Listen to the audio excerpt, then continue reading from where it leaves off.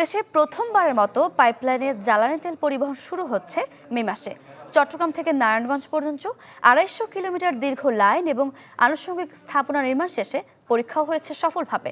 BPC বলছে, এই উদ্যোগের ফলে বিপ্লব ঘটবে তেল পরিবহনে। যে কার্যক্রম চালাতে গঠন করা হয়েছে পিটিসি নামে একটি কোম্পানিও। ফখরুল ইসলামের রিপোর্ট, ছবি তুলেছেন সেলিমুল্লাহ। আমদানির পর পরিশোধন শেষে চট্টগ্রাম থেকে নারায়ণগঞ্জ, ঢাকায় জ্বালানি তেল পরিবহন হয়ে আসছে নৌপথে।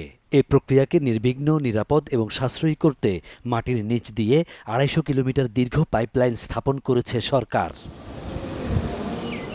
বিপিসির অর্থায়নে ৩,৬৫৩ কোটি ৬৩ লাখ টাকায় পদ্মা অয়েল কোম্পানির তত্ত্বাবধানে প্রকল্পটি বাস্তবায়ন করে সেনাবাহিনীর ২৪ কনস্ট্রাকশন ব্রিগেড। ২০১৮ সালের অক্টোবরে শুরু হয়ে যা শেষ হয় গেল মার্চে। পতেঙ্গা থেকে কুমিল্লা হয়ে নারায়ণগঞ্জের ফতুল্লা, গোদনাইল পর্যন্ত নির্মাণ করা হয় ৪টি স্থাপনা। সবশেষ ফেব্রুয়ারি ও মার্চে হয় ২ দফায় কমিশনিং। মেতে শুরু হবে বাণিজ্যিক কার্যক্রম।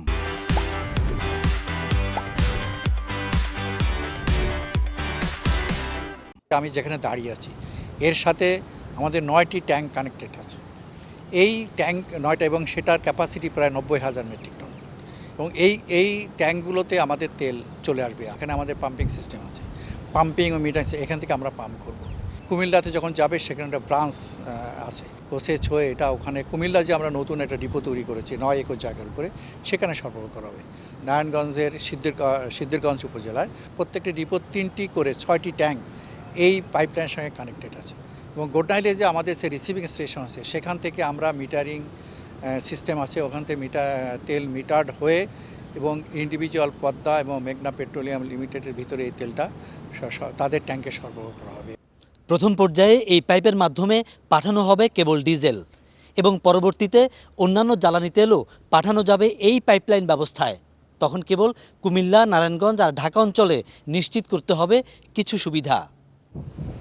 পদ্মা অয়েল থেকে এই পাইপলাইনে বছরে পরিবহন সম্ভব হবে ২৭ লাখ টন জ্বালানি। বর্তমানে নারায়ণগঞ্জ, ঢাকায় যায় প্রায় ২৩ লাখ টন, যার মধ্যে ডিজেল কম বেশি ১৮ লাখ টন। সিডিপিএল প্রকল্প চালু হলে পরিবহন আর অপচয় খাতে সাশ্রয় হবে বছরে ২৩৬ কোটি টাকা। যখন আমরা এটা ট্যাঙ্কারে করে নিতাম, চিটং থেকে গোদনাইল পর্যন্ত, নারায়ণগঞ্জের ফতুল্লা পর্যন্ত ট্যাঙ্কারে করে, ওয়েল ট্যাঙ্কারে করে, সেখানেও কিন্তু আপনার অপচয়ের একটা সম্ভাবনা ছিল, অপচয় হতো কিছু।